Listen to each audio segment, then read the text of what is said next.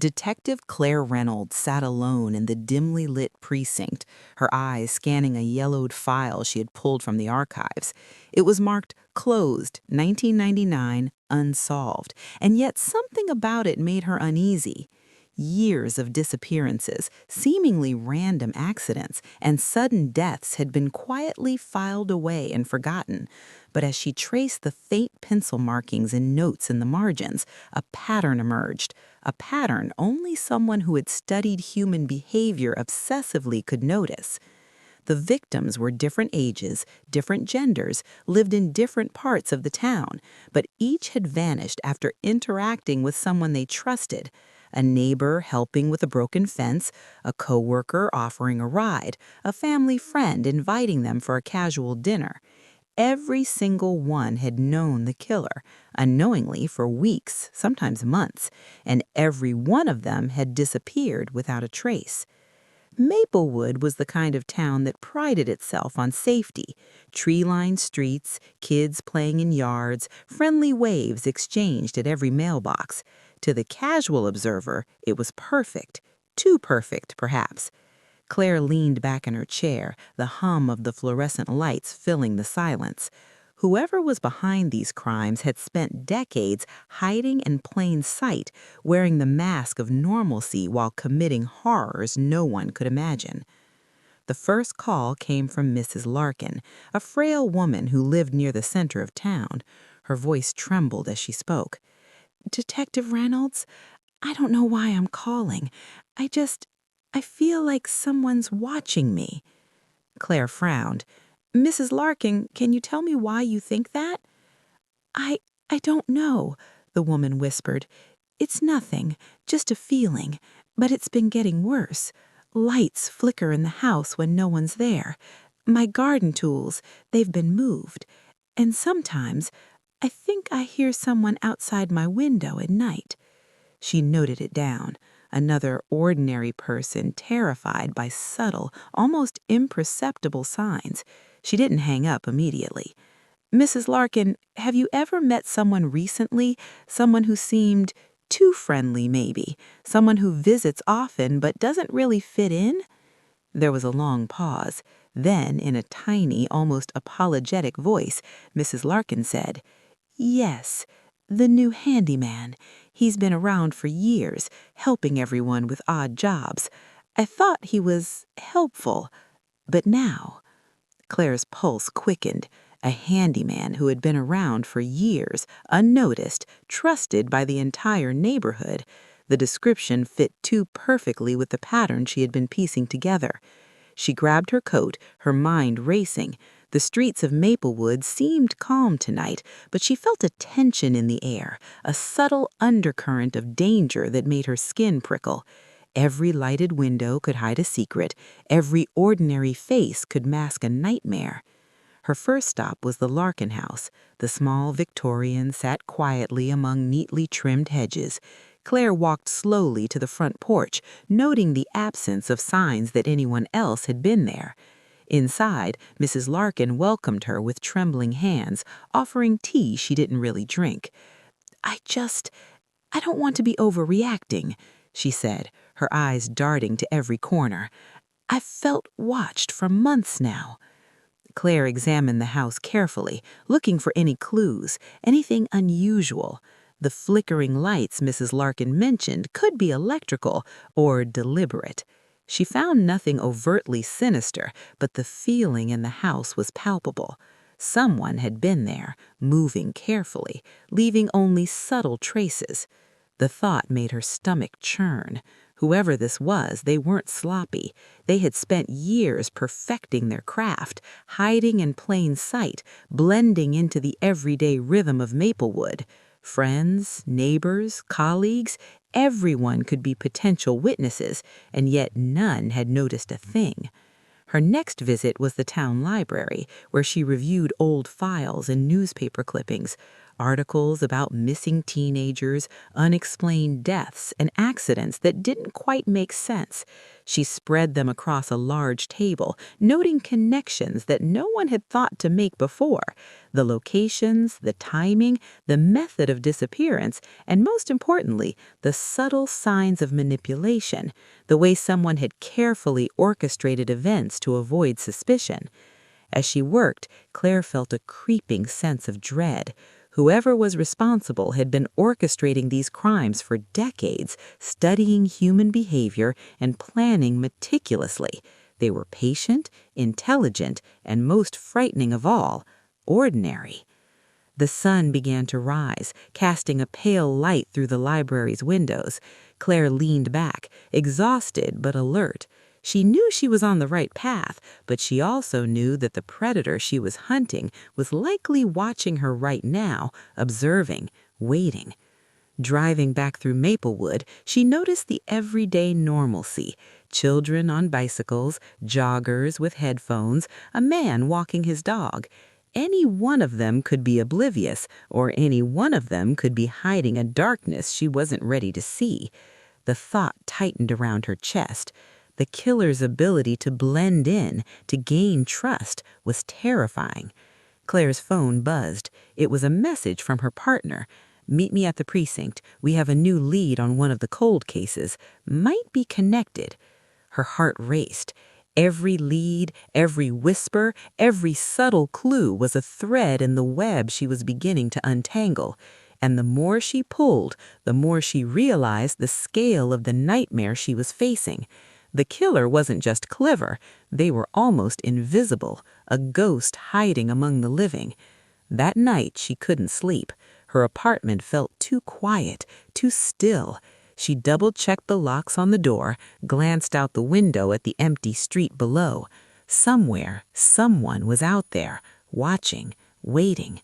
The thought kept her awake, fueled her determination, and whispered a terrifying truth. The killer wasn't hiding in the shadows anymore. They were hiding in plain sight, and they had been doing it for years. By the end of part 1, the audience is left with a chilling sense of unease. A predator is living among ordinary people, unseen, their presence felt only in subtle, terrifying ways. Claire has the first threads of a case, but the deeper she digs, the more dangerous it becomes, and the more the audience is pulled into the suspense of a town that doesn't know the evil in its midst. Detective Claire Reynolds couldn't shake the feeling that the walls of Maplewood were closing in on her. Each discovery she made about the killer sent a shiver down her spine. It wasn't just that this predator had eluded justice for decades. It was the precision, the audacity, and the horrifying normalcy of their life. Everyone in town had seen the same man, smiled at him, trusted him, never imagining he was capable of murder. Claire sat at her desk, her office cluttered with stacks of old case files, photographs, and scribbled notes. She had begun mapping the connections between the victims, and the pattern was chilling. Each person had been chosen carefully: the solitary widower who lived on the edge of town, the young woman who often walked home alone from the library, the neighbor too trusting of someone who offered help. All disappeared under the radar, leaving no physical evidence, no witnesses, only grief and unanswered questions. Her phone rang. It was Officer Ramirez, her partner. "Claire, you need to see this," he said, voice tight. "It's from the property manager. Someone's been going through rental records from the last 20 years. Claire felt her pulse quicken. "What did you find?" "Patterns," Ramirez replied. "Every time someone moved out under suspicious circumstances, disappearances, accidents, anything unexplained, the same name pops up. He's been renting places across the town, sometimes living nearby, sometimes just passing through. But get this, he's always charming, helpful, unassuming. Everyone loves him." Claire ran her fingers through her hair. She had already suspected this, but hearing the evidence laid out so plainly made her stomach twist. The killer had spent years building a life designed to avoid suspicion, constructing a persona that made him untouchable. He didn't need to hide in alleys or leave obvious signs. He hid in kitchens, in living rooms, in the very spaces people trusted most. Later that evening, Claire visited one of the locations connected to the pattern, a quaint duplex on Elm Street. The property had been vacant for months, but remnants of the previous tenant remained. Receipts, old mail, a neatly organized calendar. Nothing overtly incriminating, yet the subtle order suggested meticulous planning. Every object had its place, every date on the calendar meticulously noted. It was the handwriting of someone who thrived on control. Claire knelt, inspecting a faint scratch on the floor near the doorway. It was subtle, almost imperceptible, but enough to suggest someone had moved furniture quickly, hiding something beneath it. She rose and examined the walls. No blood stains, no signs of struggle, nothing that would catch a casual observer's eye. The killer's genius was his invisibility. As she drove back to the precinct, Claire thought about the people he had victimized, faces she would never forget, families shattered, communities left questioning themselves, and through it all, he had remained untouchable, cloaked in civility. The detective's frustration boiled inside her. How could someone so calculated, so ordinary, slip through the cracks for so long? Her thoughts were interrupted by another call, this one from Mrs. Larkin. "Detective Reynolds," she whispered. "It's him. I saw him today. He was walking past my house, smiling, and I think he was watching me." Claire's stomach dropped. The killer was aware of their investigation, and worse, he was toying with them. Every encounter, every small glance, every casual smile was a reminder of his power. He didn't need to run. He could stay, hidden in plain sight, controlling fear with a glance. She told Mrs. Larkin to stay indoors and keep her doors locked. Then Claire called Ramirez. "We need surveillance on him now. Every move, every interaction. He's testing us. I can feel it." Over the next few days, Claire and her team observed the killer without being seen. He was methodical, predictable in his routines, yet unpredictable in his choices. He volunteered at the community center, offered rides to neighbors, and even helped organize the local school fundraiser. The town adored him. No one suspected that behind those polite gestures lay decades of terror. Claire reviewed photos taken by hidden cameras, noting how he interacted with people, always smiling, always attentive, always trusted. And yet, in fleeting moments, an almost imperceptible glance, a brief hesitation in movement, there were hints of something darker, something dangerous just beneath the surface. She felt a cold chill every time she watched the footage. The man's charm was a weapon, his normalcy a shield. One night, Claire stayed late at the precinct going over old case files again. She found something that made her blood run cold. In a 1998 disappearance, the witness description included a man who seemed too helpful, a neighbor who always knew everyone's business. It matched perfectly with the current suspect. He had been following the same pattern for decades, grooming trust and exploiting it. Claire leaned back in her chair, exhausted but determined. She realized the killer wasn't just hiding in plain sight, he was thriving in it. Each act of kindness, each smile, each friendly gesture was calculated, and the more she learned, the more dangerous he became. He wasn't panicking, he wasn't careless, he was confident, knowing that no one would ever look closely enough to see him. Her thoughts were interrupted by a chilling text message on her phone. "You're looking in the wrong places. Some things are better left alone." Her hands trembled slightly as she read it.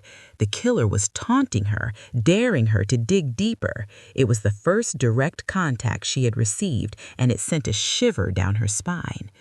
Claire's mind raced. She knew she couldn't back down. The town's safety, the victims' families, and her own conscience demanded that she continue.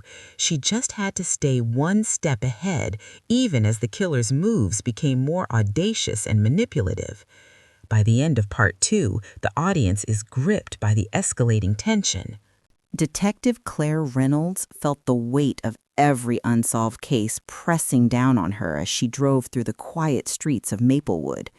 The sun had long set, and the streetlights cast long, flickering shadows that seemed to dance with menace. She had pieced together a profile, mapped routines, and even begun identifying the killer's potential patterns, but nothing could prepare her for how cunning he truly was. Every neighborhood she drove past felt different now. Every smiling face, every waving hand could be hiding something deadly. Claire had begun to see the town through new eyes, a place where the ordinary could be deadly, where trust could be weaponized.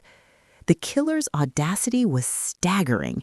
He hadn't just evaded justice, he had thrived on invisibility. At the precinct, Officer Ramirez set up a small operations hub to monitor the suspect. Cameras had been installed at key locations: the grocery store, the library, the community center, places the killer frequented. Every movement, every casual interaction was recorded and analyzed. But the more they watched, the more they realized that he wasn't just careful, he was meticulous, studying them as much as they studied him. "Look at this," Ramirez said, pointing to a video feed. The suspect had just walked past a neighbor's window, smiling and chatting. But when he noticed the camera lens in the corner of the store, his expression shifted ever so slightly. A flicker of recognition, almost imperceptible, but enough to set Claire's nerves on edge. "He knows," Claire whispered, her eyes narrowing. "He's aware of the surveillance, and he's testing us." The tension escalated when another call came from Mrs. Larkin. Her voice was trembling. "Detective, I heard something in my yard tonight. Footsteps. Someone was near the back door. I think he's here." Claire's stomach tightened. "Stay inside, lock every door, do not leave the house under any circumstances." She hung up, then grabbed her coat and drove to the scene, heart pounding. By the time she arrived, the yard was empty, but the feeling of being watched was undeniable. Claire carefully inspected the perimeter, noting disturbed soil near the garden and a faint imprint of a shoe near the fence. The killer had been there. He had tested his reach, showing her how easily he could penetrate safety. Back at the precinct, Claire laid out the patterns they had observed. The suspect's movements were predictable in routine, but unpredictable in small, strategic deviations. He volunteered at the community center in the morning, visited neighbors in the afternoon, and spent evenings near public spaces, always blending in. Every action reinforced the illusion of normalcy while keeping potential witnesses under control. Claire realized something terrifying. The killer's confidence came from understanding human behavior better than anyone. He knew how people expected him to act, how they trusted him, and he exploited it. Any misstep on her part could be disastrous. Days passed, and the tension in the town became palpable. Rumors began to swirl. Someone had mentioned a stranger who seemed too helpful, a neighbor who knew too much, but no one connected the dots. The killer's charm had infected the town with complacency. He could smile in public, volunteer openly, and still remain untouchable. Then came the breakthrough. Ramirez noticed a pattern in the suspect's visits to local parks. Every Wednesday, he stopped at the same secluded spot for exactly 45 minutes. Using the observation feed, Claire and Ramirez tracked his interactions and discovered something subtle but significant. He often positioned himself near families with children, observing silently, making mental notes. The discovery was chilling. The killer's choice of victims was deliberate, guided by careful observation and strategic opportunity. He didn't need to strike immediately. He cultivated potential targets, studied their routines, and ensured that when he acted, the trail would be nearly impossible to trace. Claire felt a mixture of exhilaration and dread. They were close, so close, but the killer's manipulation extended beyond the victims. He was manipulating her, the investigation, and even the town's perception. The question no longer was if he would strike again, but when and whether she could stop him in time. The first close encounter came unexpectedly. Claire followed the suspect to the community center one evening, parking discreetly across the street. Through binoculars, she watched him greet neighbors, shake hands, and laugh at a child's joke. It was mundane, harmless.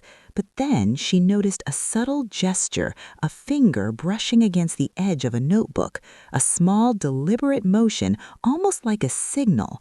Her heart raced. Something in that notebook could be evidence, a record of his thoughts, his victims, or his plans. As she moved to enter the building, Claire realized that he had paused mid-step, glanced toward the street, and locked eyes with a camera she hadn't noticed. A shiver ran down her spine. He knew, or at least knew she was watching. The predator wasn't just hiding anymore. He was aware of her scrutiny, calculating her reactions. Claire and Ramirez spent hours reviewing every frame of surveillance footage, dissecting every micro-expression, every slight movement. The killer was clever, always one step ahead, but Claire felt a spark of determination ignite inside her. Her resolve hardened when she received a package at the precinct. Inside was a single photograph of her taken from a distance as she left her apartment that morning. A note accompanied it. "You're getting close. Don't look too hard." Claire stared at it, hand trembling. The killer was not only watching, he was taunting her. The psychological tension skyrocketed. He was confident, patient, and meticulous, but he had also made a mistake. By reaching out, even indirectly, he had revealed that he was aware of her investigation, and now she knew she could fight him, but she had to anticipate every move he made. That night, Claire couldn't sleep. She replayed the day over and over in her mind, analyzing every interaction, every clue, every subtle gesture. The town outside remained quiet, unaware of the danger lurking in plain sight. And somewhere, the killer was out there, confident, watching, smiling. Detective Claire Reynolds stood at the edge of Maplewood Park, the night air thick with tension. Every instinct in her body screamed that tonight the game would end. After months of piecing together decades of murders, disappearances, and subtle manipulations, she finally had the predator cornered, or so she hoped. Her partner, Officer Ramirez, whispered from behind the binoculars, "He's here, same spot, just like before." Claire's eyes followed him. The man moved with effortless confidence, a picture of calm normalcy, a neighborly smile, casual steps, a wave to a passerby. The town saw him as harmless, even endearing, but Claire knew better. She had seen the darkness and the subtle shifts of his gaze, in the way he studied people as though they were chess pieces. Tonight, he had no idea that Claire had anticipated his movements. She and Ramirez had set up surveillance in every direction, hidden microphones and tracking devices, all carefully placed so the killer could not detect them. Every step he took, every hand extended in friendship was recorded. Claire's heart pounded as she watched him approach the bench where children often played during the day.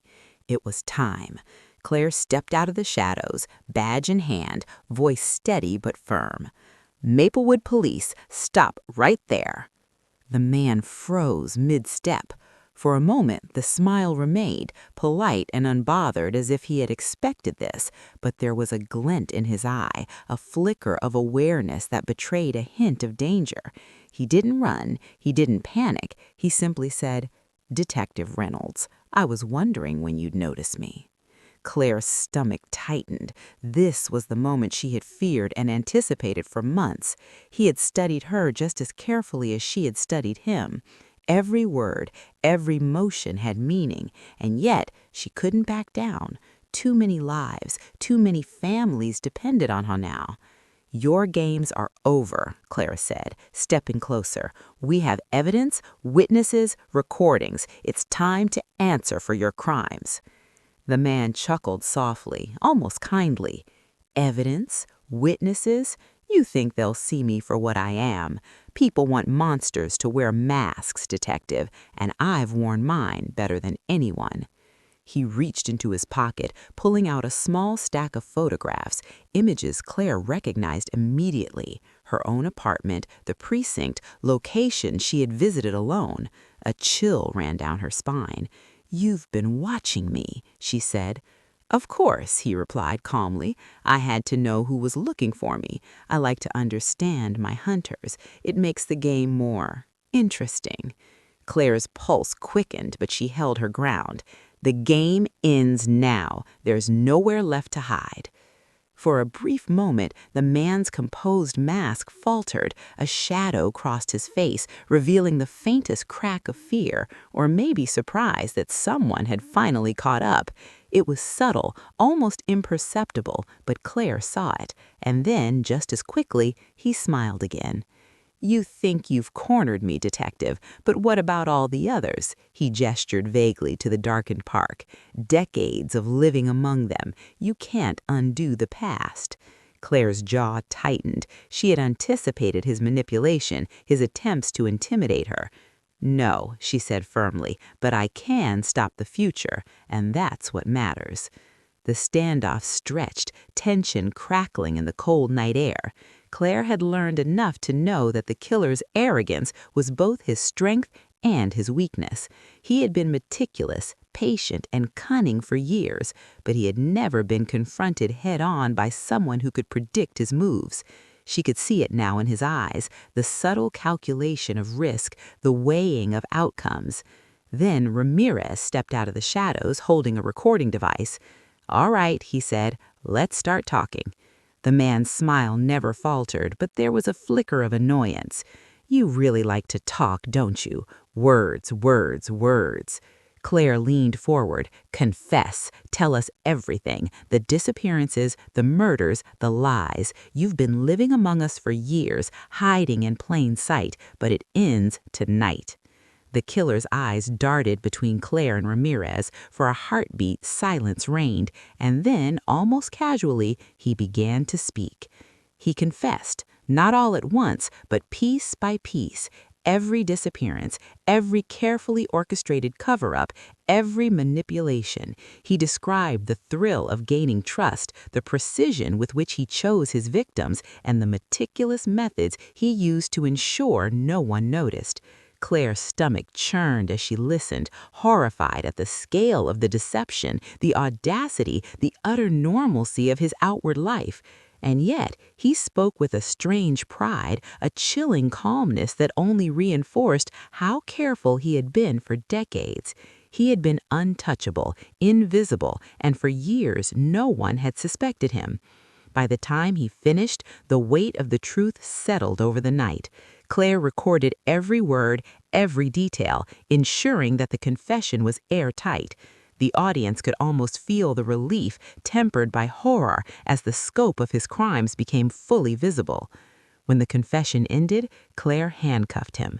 "It's over," she said, her voice quiet but resolute. He nodded slightly, almost respectfully. "Yes, for now." The town of Maplewood would never be the same. Families would have closure, but the betrayal ran deep. How could someone so ordinary, so trusted, commit such unimaginable crimes without detection? How could smiling neighbors, friendly faces, and familiar routines hide a monster for decades? Claire watched as the man was led away. The streetlights cast long shadows, but for the first time in months, she felt a glimmer of safety.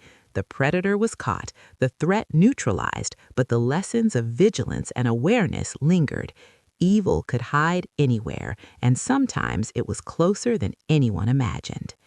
In the days that followed, Maplewood struggled to comprehend the truth. The killer's ordinary life, once the epitome of trust, was now a symbol of deception. Neighbors looked at each other with suspicion, and families clutched their loved ones more tightly. Claire returned to her precinct, exhausted but resolute, knowing that justice had been served. Yet, as she filed the final reports, she couldn't shake the lingering thought, even though this predator was gone, the idea that evil could live undetected in plain sight would haunt her forever. And somewhere, in the quiet corners of the world, someone else might be watching, waiting, and hiding behind a mask of normalcy, ready to play the same deadly game.